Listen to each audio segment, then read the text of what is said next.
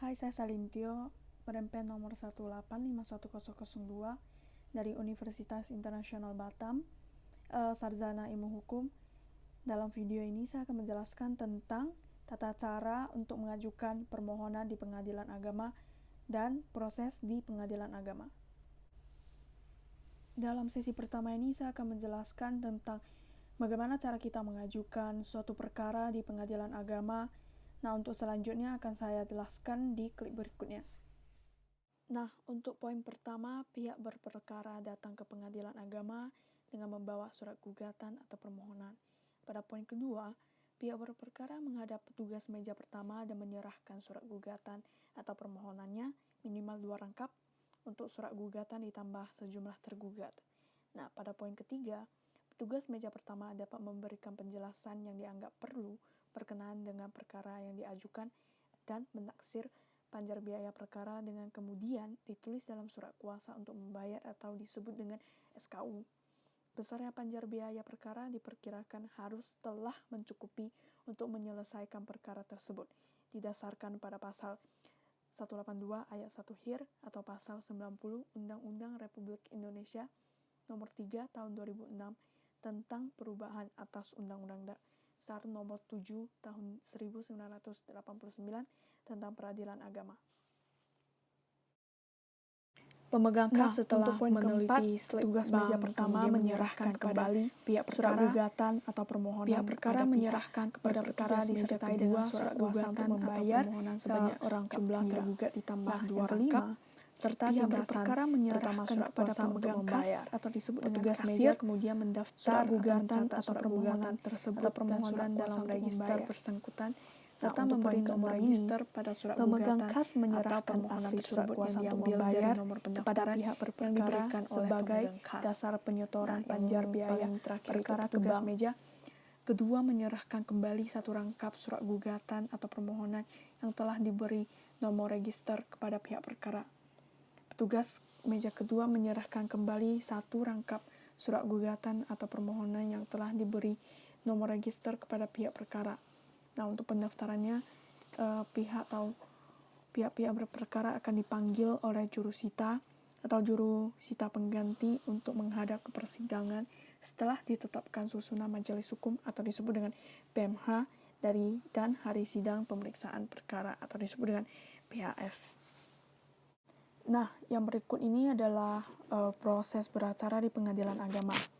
Nah, pada tahap pertama yaitu upaya perdamaian pada perkara seperti perceraian, seperti cerai gugat atau cerai talak. Hakim wajib mendamaikan kedua belah pihak berperkara pada setiap kali persidangan sesuai dengan ketentuan pasal 56 ayat 2, 65, 82, 83 Undang-Undang nomor 7 tahun 1989. Dan selanjutnya, jika kedua belah pihak hadir di persidangan, dilanjutkan dengan mediasi Perma nomor 1 tahun 2008. Kedua belah pihak bebas memilih hakim mediator yang tersedia di pengadilan agama tanpa dipungut biaya. Apabila terjadi perdamaian, maka perkaranya dicabut oleh penggugat atau pemohon dan perkara telah selesai. Jika tidak mencapai suatu perdamaian, maka gugatan tetap dilanjutkan. Nah, yang selanjutnya yaitu pembacaan surat gugatan penggugat. Sebelum surat gugatan dibacakan, jika perkara perceraian, hakim wajib menyatakan sidang tertutup untuk umum, sementara perkara perdata untuk sidangnya selalu terbuka. Surat gugatan penggugat yang diajukan ke pengadilan agama itu dibacakan oleh penggugat sendiri atau salah seorang majelis hakim, dan sebelum diberikan kesempatan oleh majelis hakim kepada tergugat memberikan tanggapan atau jawabannya, pihak penggugat punya hak untuk mengubah, mencabut, atau mempertahankan isi surat gugatannya tersebut. Nah, apabila penggugat menyatakan tetap setelah tergugat menyampaikan jawabannya dan tambahan si penggugat diberi kesempatan itu kemudian persidangan dilanjutkan ke tahap berikutnya. Pada tahap ini mungkin penggugat berikutnya yaitu jawaban gugatannya atau bisa pula setelah gugatan dibacakan kemudian tergugat diberi kesempatan mengajukan jawabannya baik ketika sidang hari itu juga atau sidang berikutnya. Jawaban Kemudian tergugat dapat diberi dilakukan secara kesempatan untuk tertulis atau menanggapinya lisan atau menyampaikan sesuai dengan pasal dupliknya. Dalam 158 tahap ini ayat 1 dapat diulang RBG. dan ulangi Dalam sampai tahap ada jawaban titik ini, temu tergugat antara dapat pula penggugat dengan mengajukan tergugat. eksepsi atau Apabila tangkisan cara jawab atau menjawab rekompensi dianggap cukup disebut oleh dengan hakim gugatan balik, dan ada dan pihak hal-hal tergugat yang tidak tidak perlu membayar disepakati panjar oleh biaya perkara. kedua belah pihak, maka hal ini dilanjutkan dengan acara pembuktian. Nah, pada tahap pembuktian, penggugat dan tergugat diberi kesempatan yang sama untuk mengajukan bukti-bukti, baik berupa bukti surat maupun saksi-saksi secara bergantian yang diatur oleh hakim. Nah, ke tahap berikutnya adalah kesimpulan para pihak. Pada tahap ini, baik penggugat maupun tergugat diberi kesempatan yang sama untuk mengajukan pendapat akhir yang merupakan kesimpulan hasil pemeriksaan selama sidang berlangsung menurut pandangan masing-masing. Nah, kesimpulan yang disampaikan ini dapat berupa lisan dan dapat pula berupa tulisan.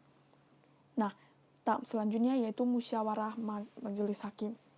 Nah, rapat permusyawaratan ini majelis hakim bersifat rahasia berdasarkan pasal 19 ayat 3 Undang-Undang Nomor 4 Tahun 2004. Dalam rapat permusyawaratan majelis hakim, semua hakim menyampaikan pertimbangannya atau pendapatnya, baik secara lisan maupun tertulis. Jika terdapat perbedaan pendapat, maka diambil suara terbanyak dan pendapat yang berbeda tersebut dapat dimuat dalam putusan atau disebut dengan dissenting opinion. Nah, yang terakhir ini yaitu putusan hakim. Setelah selesai musyawarah, majelis hakim sesuai dengan jadwal sidang pada tahap ini dibacakan putusan majelis hakim. Setelah dibacakan putusan tersebut, penggugat dan tergugat berhak mengajukan upaya hukum banding dalam tenggang waktu 14 hari. Setelah putusan diucapkan, apabila tergugat atau penggugat tidak hadir saat dibacakan putusan, maka jurusita pengadilan agama akan menyampaikan isi atau amar putusan dengan pihak yang tidak hadir, dan putusan baik berkekuatan hukum tetap setelah 14 hari amar putusan diterima oleh pihak yang tidak hadir itu. Sekian dari video ini, saya mengucapkan terima kasih.